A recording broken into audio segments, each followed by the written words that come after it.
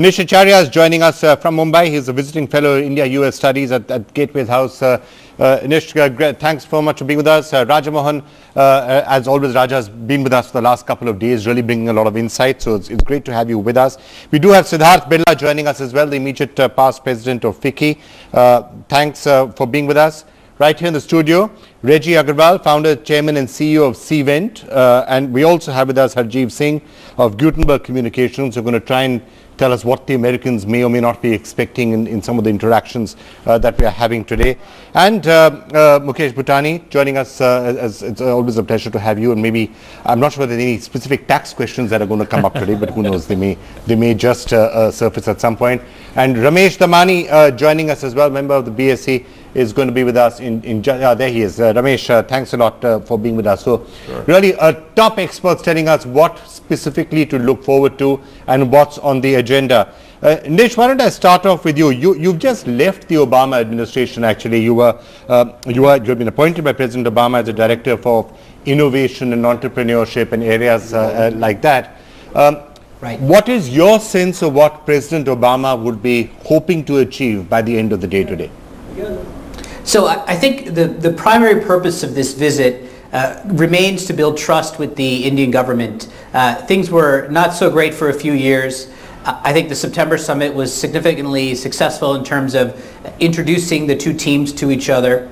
And this is a continuation of that.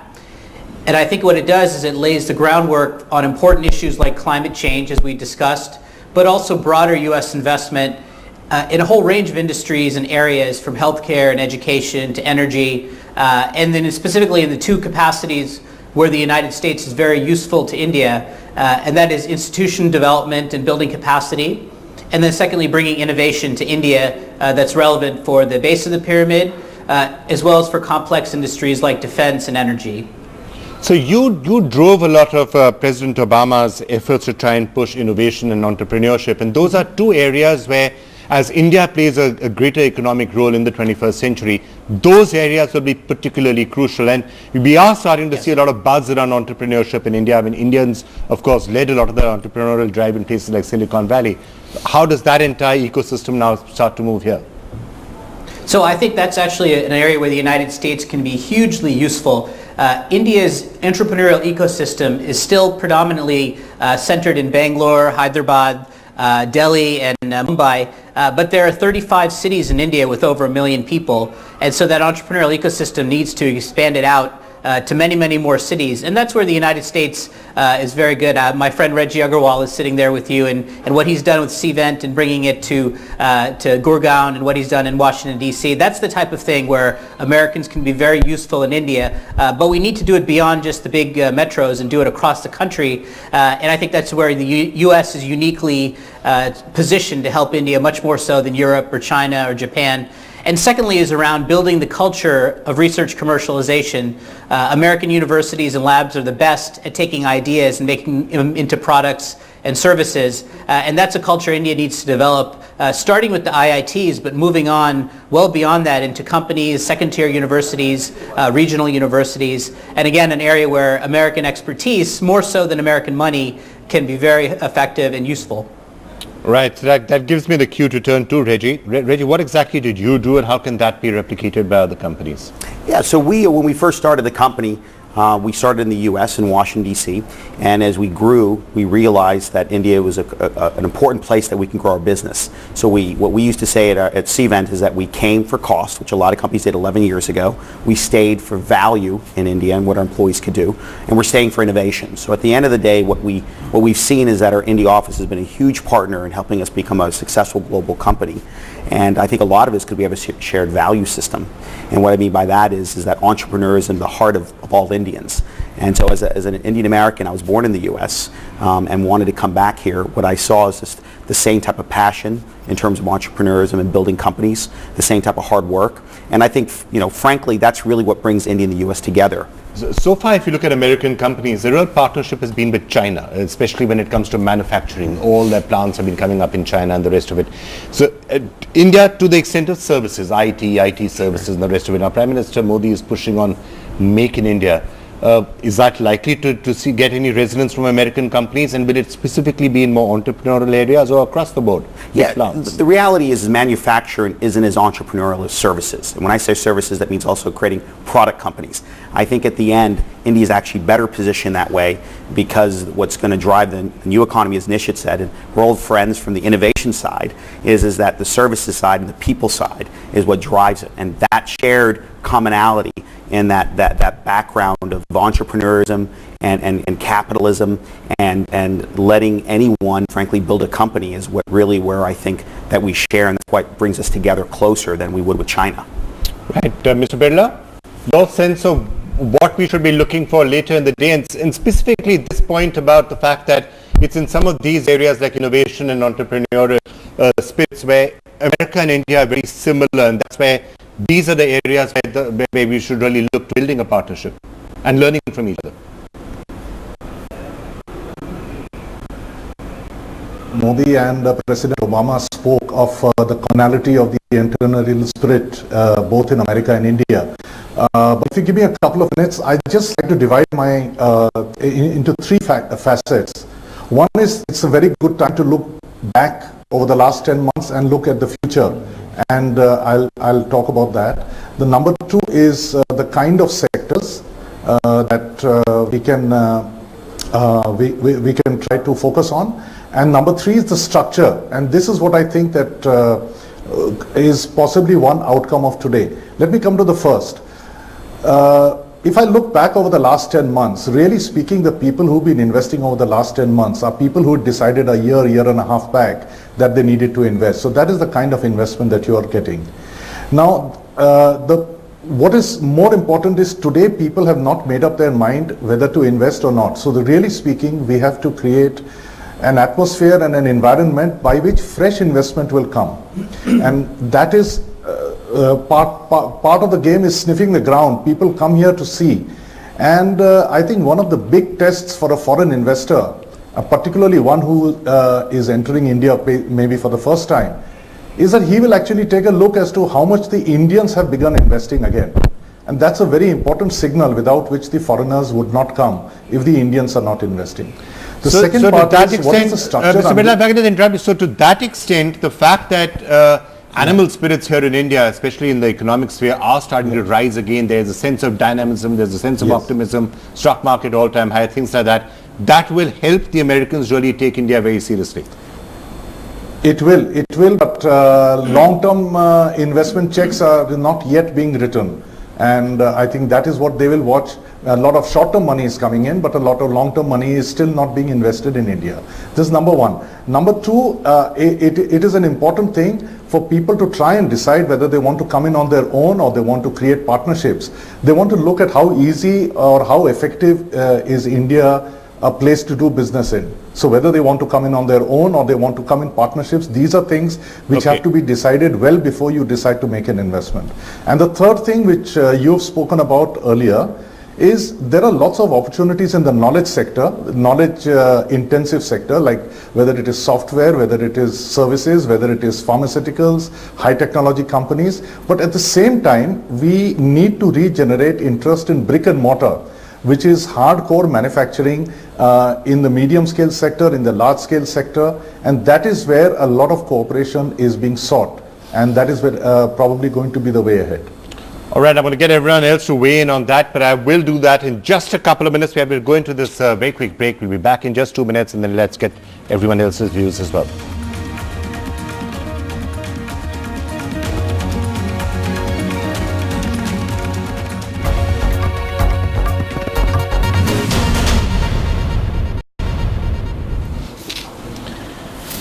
Welcome back. Well, we're moving to the next phase of the Obama visit, and the attention now is on business. That big CEO meeting a little later in the afternoon, and the real attention is going to be how to further kickstart economic ties and business ties. And we have, of course, a range of experts here with us taking us through this. Nish Acharya is with us, visiting fellow, India-U.S. Studies, Gateway's House. Siddharth Birla is with us. Harjeet Singh is with us. Reggie Agarwal is with us as well. But Ramesh Damani, let me just come to you right now, because I have to, just literally flown in from Davos right now, which may account why I might fall asleep somewhere along the course of the afternoon. But it is very clear that the attitude towards India has changed and has changed dramatically in 1 year. Partly because of various global factors, such as the fall in the price of oil, and partly because the new government and high expectations from Modi and things like that. That's obviously being reflected here in India as well with that wild rush at the Bombay stock market. So is there a sense of great optimism, and therefore is this CEO meeting going to be taking place at a slightly different environment than it might have 6 months or 7 months ago? Hi Vikram, I think so. I think the policy paralysis that pervaded India a few years ago has now given up to a great sense of optimism. The last street is on a historical bull run. In fact, in the last 5 days, we've gone up 5 percentage points. So that's historical by any standards. And I think when the most powerful democracy in the world meets the largest democracy in the world, there's a lot of good feeling, good cheer that will take place. So I think notwithstanding what's happening in Greece, say, over this weekend, I think the last street is set to open higher and have actually a good session until the budget, which will be the most eagerly awaited economic event now, to see if the government actually has the ability to push through the big bang reforms that the street wants and in fact the country wants. Many in the government, including Arun Jaitley at Davos, saying that, look, don't just focus too much on the budget. There's a lot that's happening on the side. There's a lot that will continue to happen. And Arun Jaitley, at least at Davos, are at pains to point out that, there's already a lot that is being done, various ordinances, things like that. Fair enough. I think the market will be happy with that. As long as there's forward progress, I think we'll be happy with that. We're looking for the intellectual architecture of the kind of government and the kind of country Mr. Modi is trying to frame. And I think he's known for his governance ability. So as long as the policies get released, maybe one at a time, we're okay with that. I think the market is going to give him a long rope, is giving him a long rope. But there's a sense of optimism that there's a fundamental change going on in this country.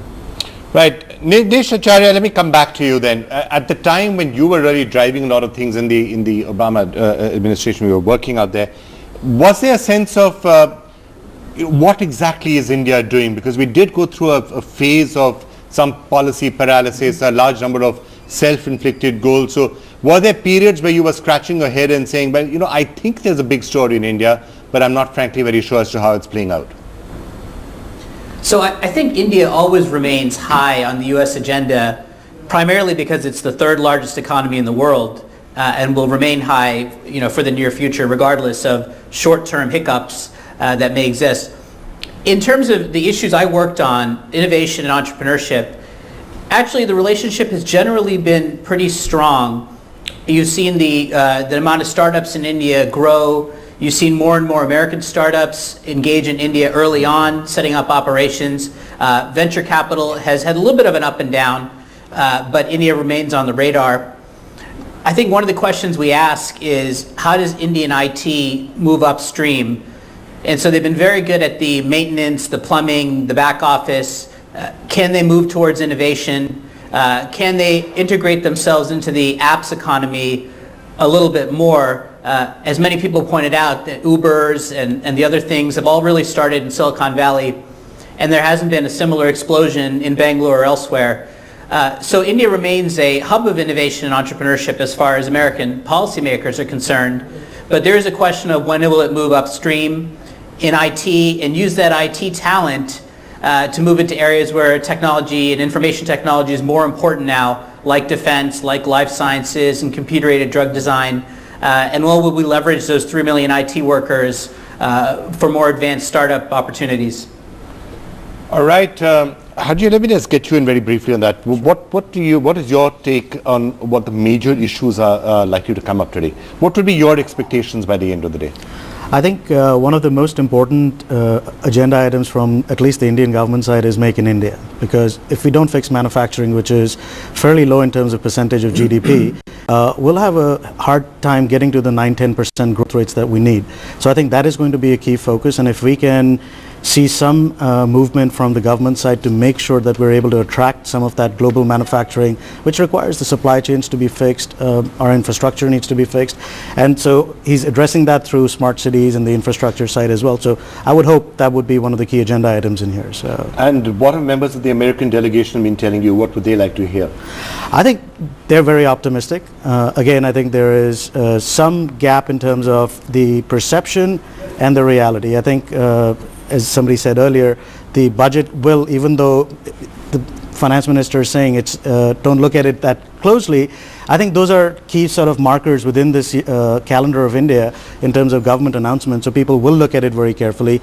Also the fact that, you know, most of the stuff that's gone in right now is through the ordinance route. If we can get that passed from the legislative side, that's very important. So those are things they're going to be looking for. All right, Shweta Rajpal Kohli joining us briefly. Shweta, you're there right next to where all those meetings are going to be taking place. Just give us your sense of the agenda. What's happening right now? It's 1 o'clock, I guess. President Obama is going to be getting a couple of hours of rest, maybe grabbing some lunch or something, and then a lot of other functions start off. And then, of course, those CEO sessions. What's on the agenda now?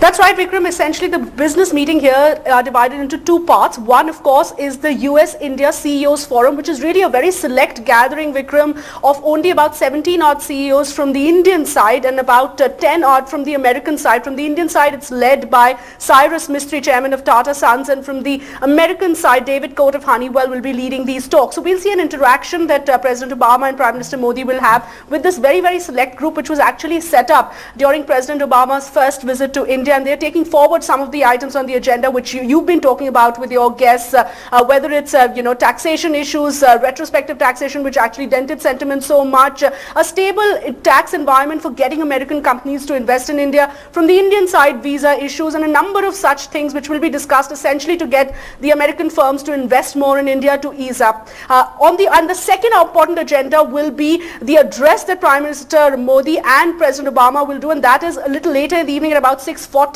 when they will address business leaders. That's a much larger gathering of about 200 odd people. Vikram? All right, we'll keep coming back to you for more updates on that. In the meantime, lots for us to discuss on the specific agenda that we should be looking forward to later in the day, but we'll do that in just a couple of minutes. We'll be back at 1 o'clock with further details.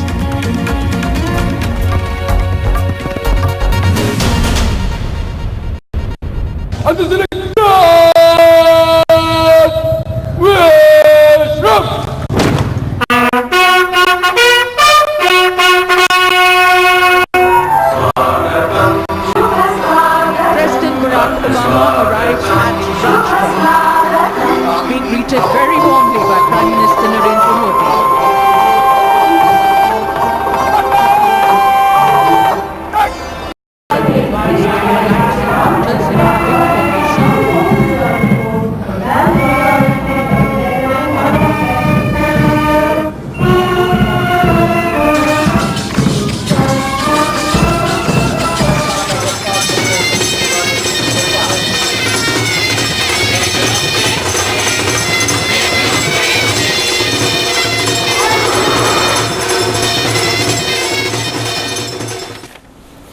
Welcome back. It's 1 p.m. It's Republic Day. We had that absolutely fantastic parade earlier in the morning. And now we're looking ahead to the Indo-U.S. Business Summit.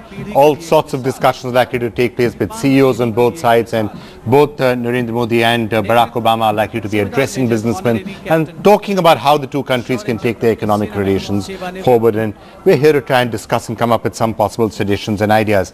Let me just get Mukesh Bhutani into this now. Mukesh, any specific suggestions that you think might be on the agenda? We keep hearing talks about various treaties, agreements, possibilities, something which can be signed. Is it about that, or is it just about getting the atmospherics and others correct? I think what I expect later in the afternoon, besides the point that Sid mentioned about ease of doing business in India, comfort that the Indian side would like to give to the Americans, I think two issues that could come up. One is the impeding India-U.S. bilateral investment agreement, because that investment agreement has not just got to do with how U.S. companies feel secure about operating in India and that their investments are secure, but also India's view towards taking away tariff barriers, the view that India has about the totalization agreement for which India incurs $1 billion of cost in the United States by way of social security payments that Indian IT services. I think the second important issue that could figure is on the intellectual property right. And this is a politically sensitive issue. On one hand, you have India's desire to make expensive medicines available to citizens at large. On the other hand, there is a US view about the intellectual property rights. So there are two aspects. One, the view that large US pharmaceutical companies will take vis-a-vis investments in India given India's intellectual property record, and the investments that Indian pharmaceutical companies will make in the generic space in the United States. So I would imagine that the two issues that could prominently figure, and we will see in the weeks and the days ahead, would be bilateral investment trade and IPR. I'm sure all of your clients, and especially your American clients, for 3 to 4 years have been doing nothing but talking to you about the problems around taxation, retrospective taxation, adversarial tax regimes, and issues like that. Now, this government has been at pains for the last 5-6 months to say all of that is a thing of the past. We will not do any of that again. Further reassurances you think would still be asked for? I think the Prime Minister has been talking about non-adversarial administration, as is the Finance Minister. He spoke in Davos last week. I think, budget may not be the indicator. That I think over a period of time it is the actions that should reveal. Retrospective amendment, I think he's covered it last year that this government's intent is not to have retrospective laws. Specifically to India-US, there are issues outside of the law, which are these whole bunch of 200 mutual agreement procedure tax disputes between the Indian and the US competent authorities that are yet to be resolved. I would imagine that there are already press releases made by the Indian side that this visit is going to pave way for resolution of those disputes in a time-bound manner. And the other aspect is the US took a position that they will not support a bilateral advance pricing agreement, and now US will have to in turn reciprocate by saying that US is open. And I think at the end of the day, this gives more certainty to US businesses because they won't have transfer pricing law adjustments in India. All right. Well, Pratap Reddy joining us as well, Chairman Apollo Hospitals. But Dr. Reddy, before I come to you, Raj, I just wanted to ask you, we did see yesterday a very neat finessing of a couple of the really controversial issues. For example, on the civil nuclear liability issue, they did seem to come to some sort of a solution. On climate change, we still haven't heard that much, but we heard interesting comments from Narendra Modi, essentially saying a lot of this is in India's own interest. Do you expect something similar on some of these issues, the investment tax? The big negotiation is over. I mean, I think there is a long section on economic cooperation. All these issues are mentioned. For example, the question of bilateral investment treaty. They want to start some kind of a dialogue on how to go forward. On totalization, again, there's a reference. So I think you're not going to see any new decisions or announcements. What you're going to see, I think, what the two leaders are trying to do is, when they reach out to the CEOs, to jointly make that presentation that, look, we're open for business, there is the political blessing, we're going to fix problems. I think that's where the nuclear thing comes as a way of confidence building. Look, 8 years it took for the previous government after signing and making it a reality. Look, there is a government here that can sort out problems. On climate change, I think it's very, very important what Modi did yesterday, because on the left and right of a political spectrum, as you know very well, a total opposition to any flexibility on India's position. But what Modi said yesterday, with Obama standing next to him, it's not his pressure. The pressure is about global warming and what it does to my own people. So therefore, we got to do something about it. So I think saying that we will work with the United States, this is certainly a taboo that has been broken yesterday. But the real deal, I think there is a deal to be made, which is US will support us on expanding non-renewable energy sources so that the relative weight of coal can decline. That's something which Modi wants to do in any case. He keeps on talking about solar. He's been talking about solar for years, long before he became Prime Minister. As a Gujarat Chief Minister. So I think one of the agreements they had was that, look, US would invest in Indian production, India would try and get more technology and some assistance. So I think the signs of a broad framework in which we could move forward on climate change, that's a huge, huge step forward. Okay, I'm going to ask all of you about climate change, but first, Dr. Reddy, thanks for joining us. Now, healthcare obviously is something particularly close to President Obama for various reasons. Of course, it's been one of the cornerstones of his entire administration. What are some of the things that you'll be looking for later today?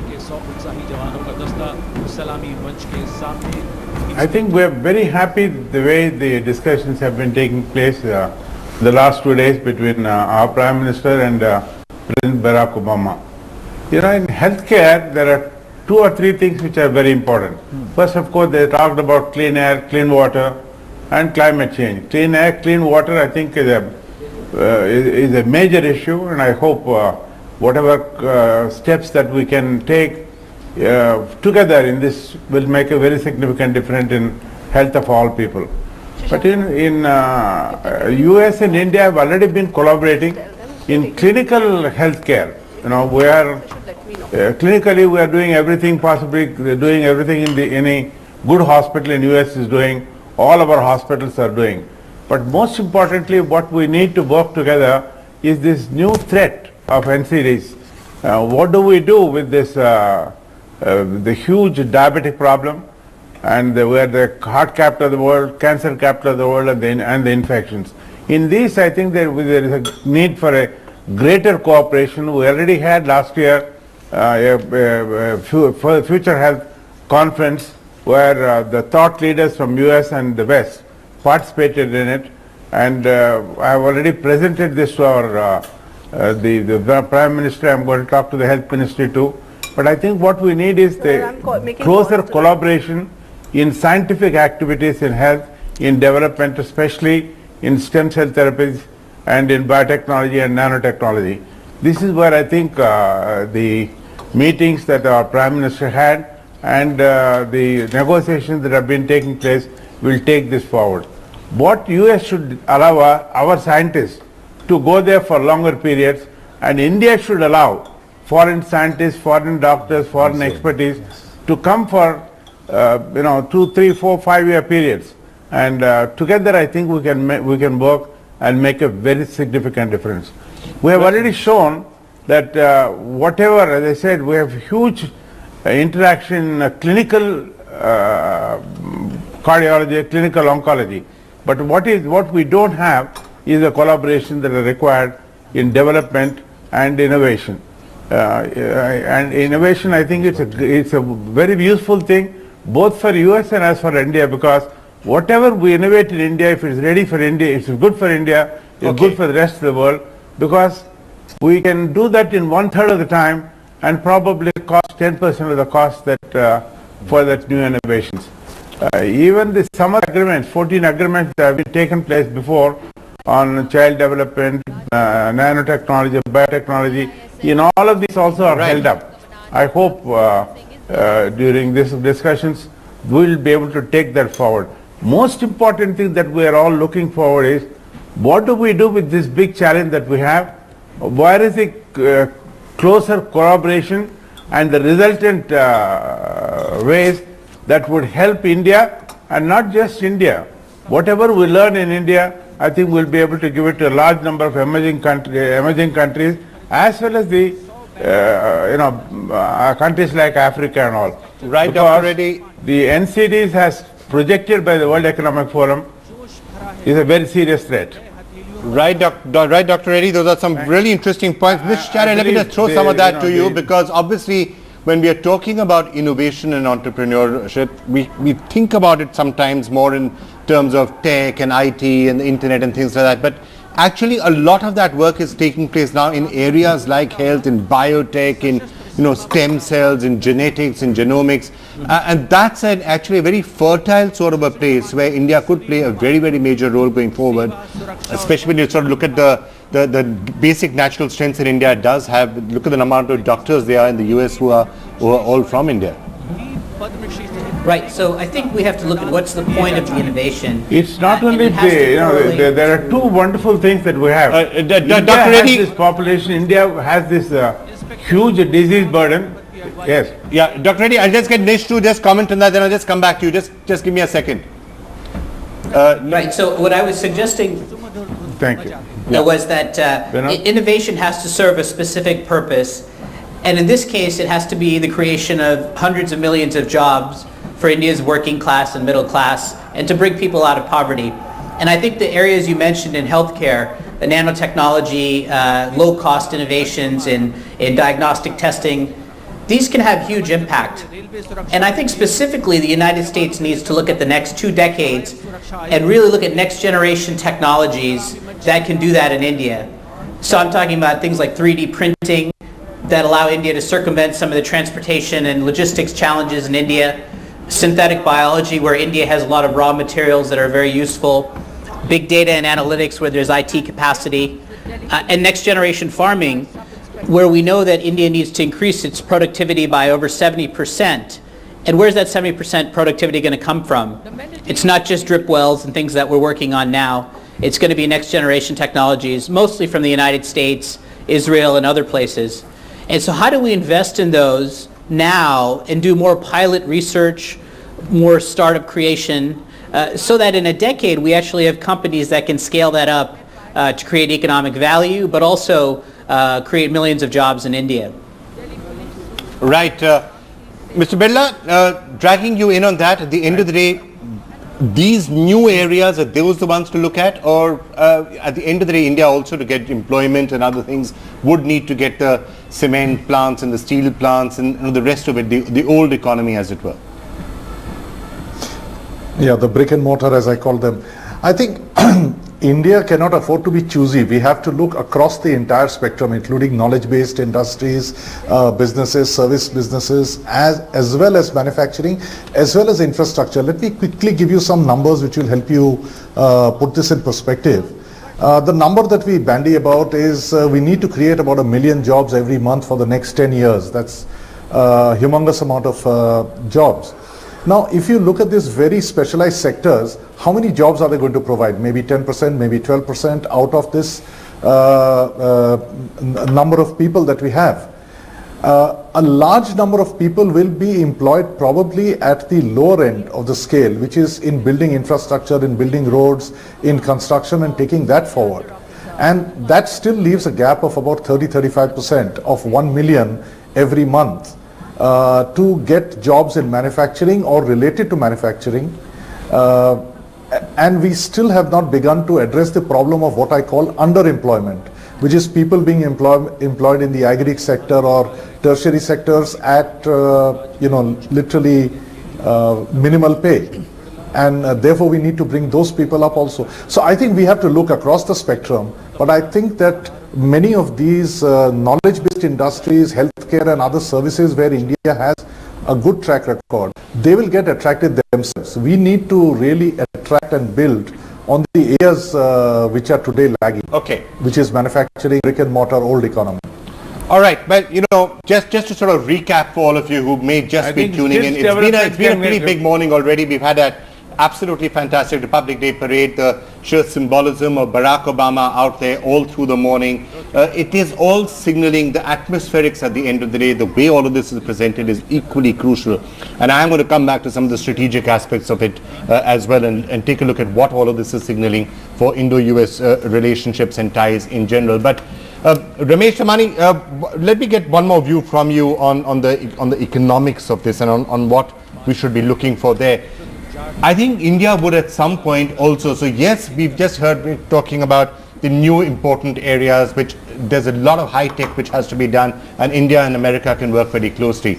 But do you think at some point we would like to see some of those factories and plants and manufacturing units and the make in India, don't make in China anymore, big American companies come and set up here? Is that something we'd like to see also, and what should Narendra Modi be telling those American CEOs when he sees them to convince them that this is where they should put up their next plants? Vikram, good point. I mean, a couple of companies, just to give you an example, Honeywell India, David Kote, who's leading the US delegation, runs a company that is listed in the Indian stock market called Honeywell India, does a fabulous job. Stock price is over 7,000 right now. Ingersoll Rand, another company that has a long presence in India. So a number of listed US companies that have either a listed or unlisted presence in India. Now we have to emphasize them to increase their production, use India as a regional center for exports, do contract manufacturing, and some of these companies have already started doing that. The way we know that is because they're investing already in a large amount of capex, production lines are being shifted to India. So if we can push that, that would be actually the best thing for us, because we can use that technology and India's labor skills to be a low-cost center for production of various items, whether it's electronics, whether it's technology, whether it's gear. So that would actually be good. And the people coming on the summit, most notably the leader of the summit, already has, 10 years of experience at least in dealing with India. All right, but let's just come back to the atmospheric split. Is there a sea change in attitudes though? Oh, dramatically. I think if you go back to a year ago and compare it to that, the optimism is very back. And I think the animal spirits are close to being unleashed. I think we'll need to see a couple of deals getting signed, particularly on the Make in India side, because that's, you just came from Davos, and that's the big sort of splash in Davos was Make in India. And we need to see some traction on that, because I think as soon as we see that, you'll start to see, and if it's one or two big companies from the US that say, okay, we buy into this Make in India thing, that'll completely transform the way India is in the next couple of years, because as somebody said earlier, manufacturing is going to be the essence of how we grow as an economy. Right, Pratap Reddy, we are talking about other things that we can do together. Tourism, obviously, is something that Narendra Modi has been talking so much about. He wants to attract a lot of foreign visitors out here. And you and others have also been talking about the possibility of medical tourism. Maybe you should get a message to President Obama. You're worrying so much about healthcare. Send a lot of people out here. We can treat them for you at a fraction of the cost. keeps his bills down too. I think we'll be able to treat all of them very well, and at what he calls affordable care at affordable prices. In India we are doing everything in healthcare. Whatever is happening in the best centers anywhere in this world. India is, I believe, is well poised to become the global healthcare destination because of the quality of care that's being given and the cost at which it's given. And more importantly, in healthcare, it's not just the outcomes. It is the attitude, is the love, compassion that the Indian healthcare people are able to deliver. This is what's impacting. Every patient who gets treated from us, when he's going back, he not only says, I'm so happy you gave such wonderful surgical outcomes, but he says, your people are phenomenal. This is the attitude that they take back home, and this is where I've been for long saying that the liberalization of visas is going to make a very significant impact. The Prime Minister always is saying that India should become the tourism destination, and we believe that it can become the medical tourism destination of the world. The ordinary tourist brings us $2,000, but medical tourist will bring us $20,000. Apart from that, the pride he takes back and says, wow, these Indian doctors, Indian hospitals are phenomenal. I think it's going to be a very significant impact. I believe India will progress very rapidly in the medical tourism industry. Now, going back on the discussions that the two leaders have been having, the President of the United States and our Prime Minister, I strongly believe that we will have a greater collaboration from them on high-end research. This is what really we need, and they need it too, because they are also not able to carry many researches. For example, the antibiotics. For the last decade, we had nothing at all. They're looking at a few, totally different antibiotics, but the time they take to discover and make it available, we can do it in 1/3 of that time, and cost benefit. Right. But equally important is the exchange of scientists. Scientists going and working there for a few years on specific projects, and that scientists and senior doctors coming to India, I think should become very, very easily possible, which will have a great impact. Already we are working with API, Association of Physicians of India, GAPIO, Global Association of Physicians of India, in clinical exchange. Right. But I think those are clinical and knowledge exchange. But what we need is the scientific cooperation, their NIH, their CDC. We should be able to. Right. All right, Dr. Reddy, those are excellent suggestions, and I hope that they're going to certainly take many of those suggestions on board going forward. Well, thank you so much for having joined us with some of those perspectives. Nish, I know you have to leave us too. I'm about to shift focus and Raja start dumping into something else that I'm sure President Obama would have noticed. throughout that Republic Day parade, he was sitting out there. He was saying one Russian, weapon system after the other going forward, till those C-130s came. So I'm sure at some point he'll be saying, what about that defense cooperation? How many things were there? There were T-90 tanks, there were BrahMos, there was Sukhois, 70% is. So I think I saw on Twitter somebody quipping and saying that actually, we should have got Vladimir Putin for him to be like a service, like a customer service meeting, also reviewing all of the products out there. No, I think it's a reminder of India's past, as well as the suggestion of what could be the future of India-U.S. relationship.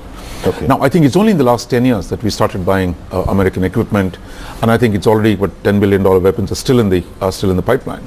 So I think the agreement that we've done, both the renewal of the Defence Cooperation Agreement as well as the DTTI, should set the stage for a genuine interaction between the two industries. That I think, if Obama was saying, look, 10 years down the road, I should be able to get at least 30% of the Okay, so let's figure out how that's going to happen and some of the more strategic aspects and the defense aspects and how those relationships might now change. We'll turn our focus to that when we come back in just a couple of minutes after the break, and we'll see whether next time an American president comes to Republic Day, will there be a lot more American systems out there or not? And also what China makes of all of this. We'll turn our attention to some of those questions when we return.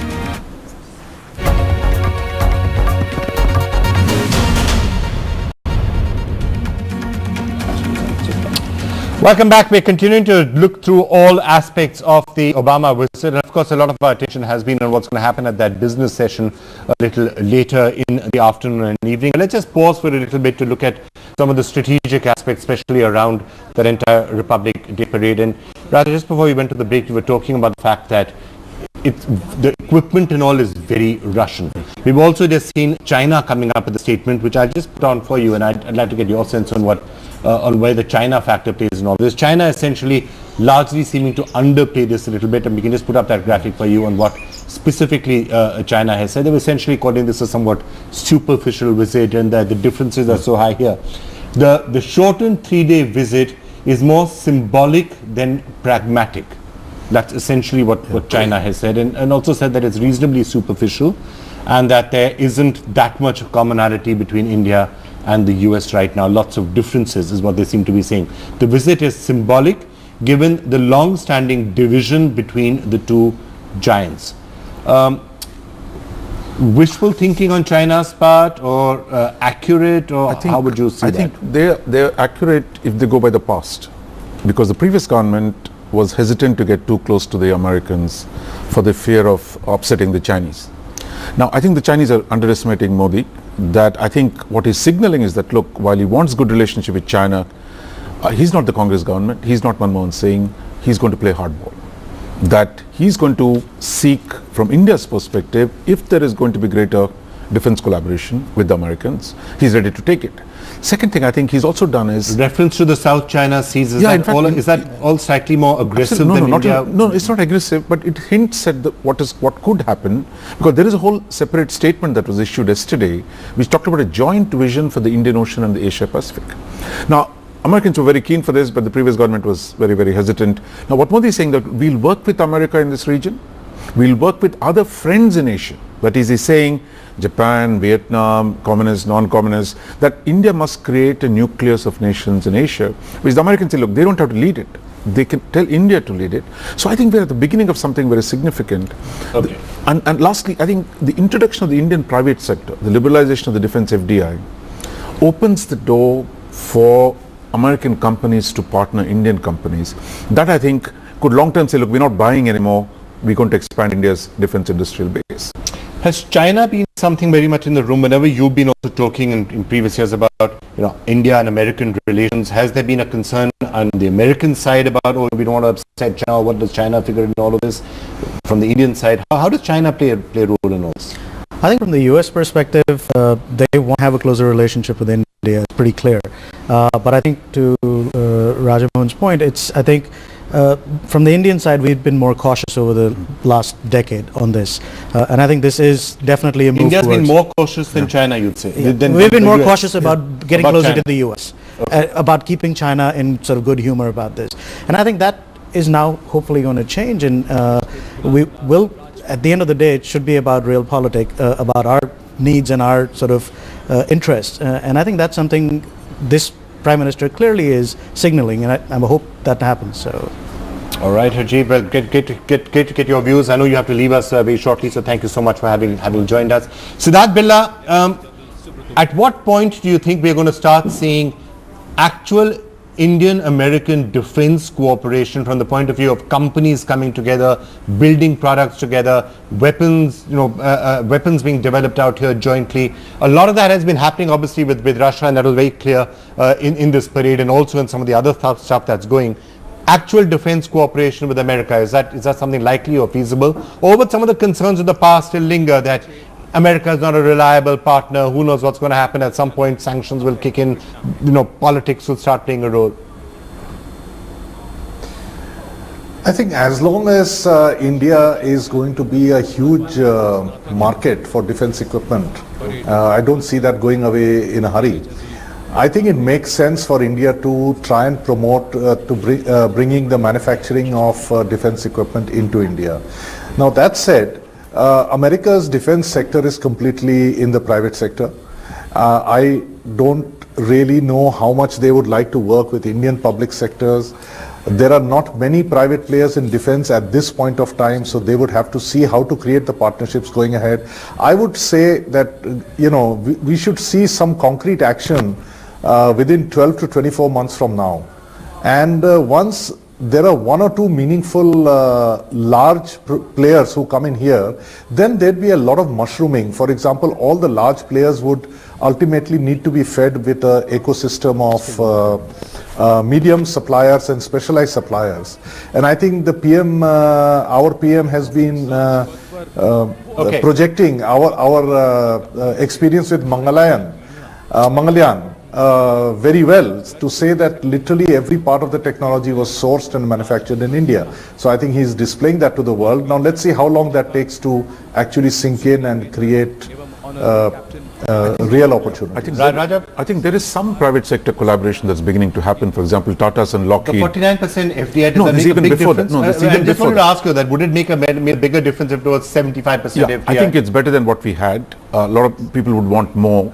But I think the government has signaled some flexibility on that as well. That my sense is, look, if we start doing at least one or two projects, then I think it will make a good demonstration effect. And I think that's why the DTTI, at least start on something small, but let the partnerships evolve between the Indian companies and the Indian private sector in the coming years. Okay, Praveen Swami coming back inside to just tell us at what point all those Russian MiGs and Sukhois going to disappear and be replaced by something else. Well, actually, not in planes, almost certainly not. But things like drones and pathfinders and other things. Is that? Well, I think we need to take a slightly harder look at our own record on some of this. I mean, Make in India is not a new concept. We've allegedly been doing this for decades now. And the reality is that the capacity of our PSUs... The use of the word allegedly is interesting. Well, a lot of what passes for indigenized products, so which we proudly call indigenized products, when you actually go and break down the numbers on how many of those components are actually Indian made, you see that what you're pretty much getting is an assembly job and a sort of nuts and bolts job. There's some American engines right now, even in our LCA, things correct. like that. And if you look at the volume by the components by value, the picture gets even more dismal on some of these things.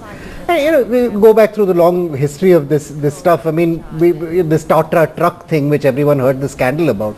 To me, the bigger scandal is that we've had this technology for 20 years. We've been talking about absorbing it, but we can't manufacture a multi-axle truck for whatever reason. So the record of our PSUs on actually absorbing many of the technologies available to them is not a good one. And the elephant in the room is also that the quality of work done in some of these PSUs is dubious. So the Rafale deal right now has a problem, for example, where Dassault is saying, frankly, we're not going to give a warranty on products made by HAL because we don't think they're a good enough But the new governments becomes much tougher on things like DRDO than they once absolutely, used to be. But you're not going to change an institutional culture overnight. Okay. This is where I think this private sector push thing is absolutely key. Okay. And I wish 49% wasn't 49 in that sense. I mean, 49 is as good as 4. Till it crosses that magic halfway mark. Okay, I'm going to ask you about China in just a couple of minutes, but your sense on what the American point of view on all of this will be? No, I think in the end, what's going to drive everything is innovation, and that's the big thing that we need to do in India. And the education system is changing. The innovation needs to change because that's what's going to drive, whether it's manufacturing or whether it's going to drive technology. But this entire, when it comes to things like the China factor, is it something that you hear from a lot of your other American colleagues saying, look, perhaps we want to, not just from a business point of view, but also for political and geopolitical and strategic risks, diversify a bit away from China and maybe make a bigger bet in India? I mean, we're seeing Japan doing that very aggressively. Is that something which you see America also wanting to do more when it comes to actual dollars? Absolutely. They'd like to diversify the manufacturing base just from China, but more importantly, people recognize that since we have a more shared value system with India, I think they'd like to see that rise happen much more with India because of that shared value system towards democracy plus the shared entrepreneurism. So I think that they absolutely want to see that, and that's why when it comes down to it, that people want to see that innovation come out of India, both in the products and because of the shared interest. All right, I'm going to take a break right now. When we come back, Seema Sirohi is joining us, M.K. Venu with us as well. Suman Sinha is going to be joining us to give us their take on all of this. We're going into a break right now. We'll be back in just a couple of minutes.